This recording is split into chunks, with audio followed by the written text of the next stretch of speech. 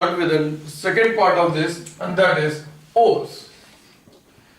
Now, as we already know that ores are the minerals from which we obtain metal in their pure form by various metallurgical operations or metallurgical processes, which will be taken in the third part.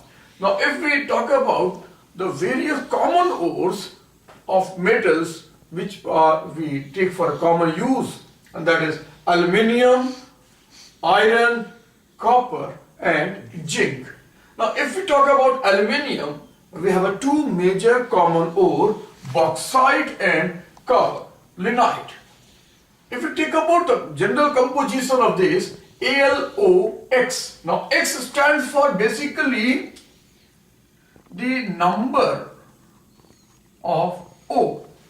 AlOX, OH, whole 3 minus 2x, where 0 is less than x and x is less than 1.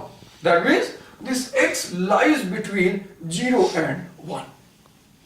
Now we come to the second ore of this, and that is kaolinite. The kaolinite has a general formula Al2OH whole 4 Si2O5. That means it is a silicate ore of alumina or aluminium hydroxide.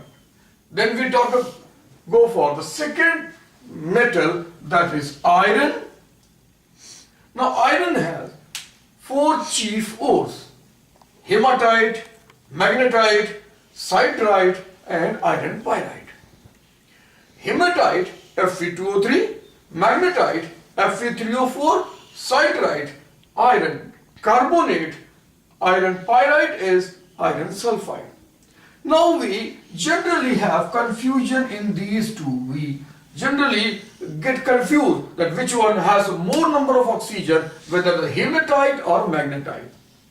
So for convenience, we can take a concept that iron is a magnetic material. So where there is more iron, that will be magnetic, and where will be the less iron will be in our blood. So we can say heme is a blood and magnet is outside the body. If we have a more iron in the body, the blood can be coagulated earlier. So hematite contains 2 iron, whereas magnetite contains 3 iron. So we can have an idea of a distinction between these two ores: hematite Fe2O3, magnetite Fe3O4, siderite FeCO3 and iron pyrite, that is FeS2. Then we go for the third one, that is copper. Copper has atomic number 24 and average atomic mass 63.5, or we generally take 64. It has four common ores: copper pyrite, malachite, cuprite and copper glass.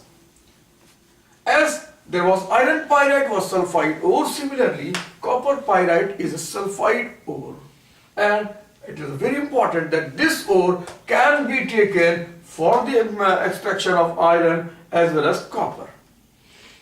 So question may be asked, which of the following ore can be used for both copper pyrite, iron pyrite, malachite, siderite? So we will be talking that copper pyrite is an ore from which we can obtain iron as well as copper economically and efficiently, and here our electrometallurgical process will be highly required, which is based upon electrochemical series or electrochemical potential. As the potential of iron is more, it will be getting oxidized and this will be getting reduced. So this will be separated first and followed by iron. So copper pyrite CuFeS2, malachite, it is basic carbonate, that is basic carbonate, so copper carbonate having a formula CuCO3.CuOH whole twice. Remember, in this both the carbon is in +2 oxidation state, whereas copper pyrite or cuprite is the next ore where it is CuO, and then the third one is copper glass, and that is CuS.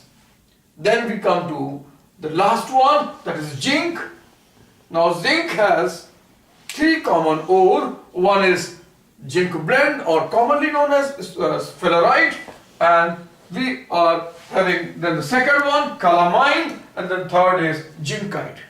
This zinc blende or sphalerite is ZnS, whereas calamine is zinc carbonate and zincite is ZnO. So let's have an overlook of these two in a short. We are having four common metal: aluminium, iron, copper, zinc. We are having the ores, two ores in aluminium, four ores in iron, four ores in copper, zinc. We are having three ores, and these are their formulas. Remember this. There are many more ores from these, but these are the common ores taken for consideration of the study. Then